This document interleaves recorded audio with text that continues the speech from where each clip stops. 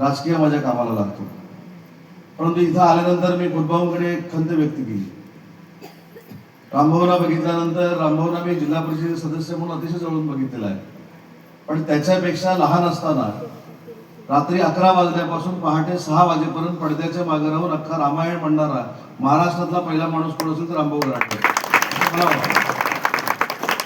अनेक सहकारी संतोष विष्णू माई नाही, ते द्रोणाचार्याचं काम करायचे. बरोबर ना माई साहेब? विश्वामित्र गुरुजी महाराजांचं काम करायचं. त्याच्यानंतर मी जे नमन बघायचो त्याच्यामध्ये रामभाऊ कुंभार असतील, त्याच्यानंतर राजका कांजरेकर असतील, ते रॉकेल फुंकायचे, असे अनेक दिग्गज नमनामध्ये काम करायचे. परंतु आपली नमन ही कला प्रदीप आता लोप पावत चाललेली आहे. मी एवढ्यासाठीच सांगतो की 14 फेब्रुवारीला या जिल्ह्यातला एक नमनाचा संघ माझ्या पुढाकारानं दुबईला कार्यक्रम करायला निघाला, कुठे परदेशामध्ये. मग आपलं नमन माझ्या मैत्रिणीने दिल्लीला गेलो होतं, नागपूरला गेलो होतं, विधानसभेमध्ये झालं होतं. असं नमन आपण फक्त थाप मारण्यापुरतं वापरतो, शिमग्यापुरतं वापरतो, कोणी वाईट वाटून घेऊ नका आणि ते आपण बंद करतो. पण या पालिगावातल्या नमनामध्ये एक फार मोठी ताकद होती. आमचा गफूर, बरोबर आहे की नाही? म्हणजे अख्खं नमन एकटा घेऊन पुढे जायचा. तर अशा पद्धतीची कला आपल्या पालीच्या ह्या संपूर्ण वाड्यांमध्ये कुणीही कमी लेखून घेण्याचं कारण नाही. कारण मी जबाबदारीनं सांगितलं की संगमेश्वर तालुक्यातले कुणबी समाजाची 20 लोक हे नमन करण्यासाठी 14 तारखेला दुबईमध्ये जात आहेत.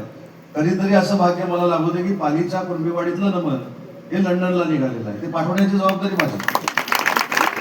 तुमच्या आशीर्वादाला राज्याचा उद्योगमंत्री म्हणून काम करतो. मी देखील अनेक वेळा परदेशामध्ये जातो.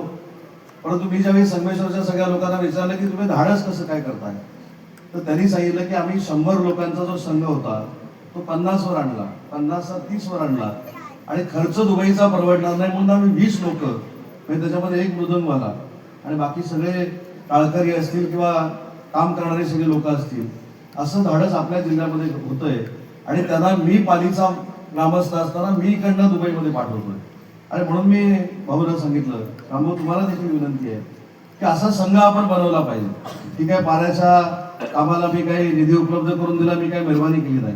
मी लहानपणापासूनच तुमच्यामध्ये वावरलोय, तुमच्यामध्ये खेळलोय, तुमच्यामध्ये खेळत खेळतच राज्याचा उद्योगमंत्री बनलोय.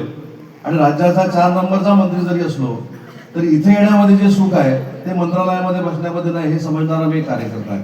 आणि म्हणून इथलं नमन जे आहे हे जयशेठ, तुम्ही देखील त्या क्षेत्रामध्ये काम करता. माझी आपल्याला विनंती आहे की तरुण मुलांना जर असं वाटत असेल की नमनात काम करणं म्हणजे कमीपणा आहे,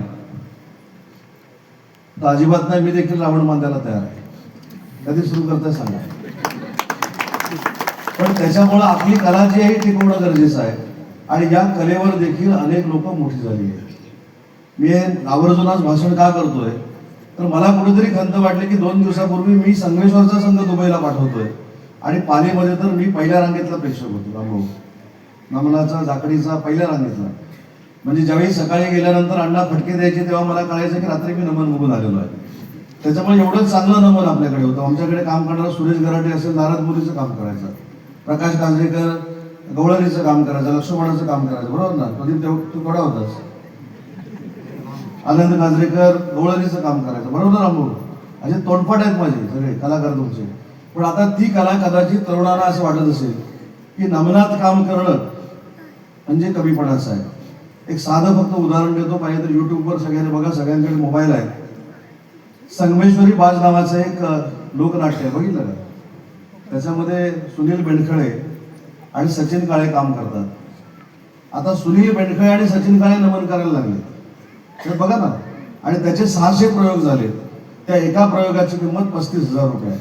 याच्यामधनं रोजगार देखील मिळतो, आपल्याला रोजगार मिळतो, कलाकार मोठे होतात. आणि एखादा कलाकार, आज मी त्या क्षेत्रामध्ये काम करतो, मी त्या सगळ्या विश्वस्त मंडळावर आहे.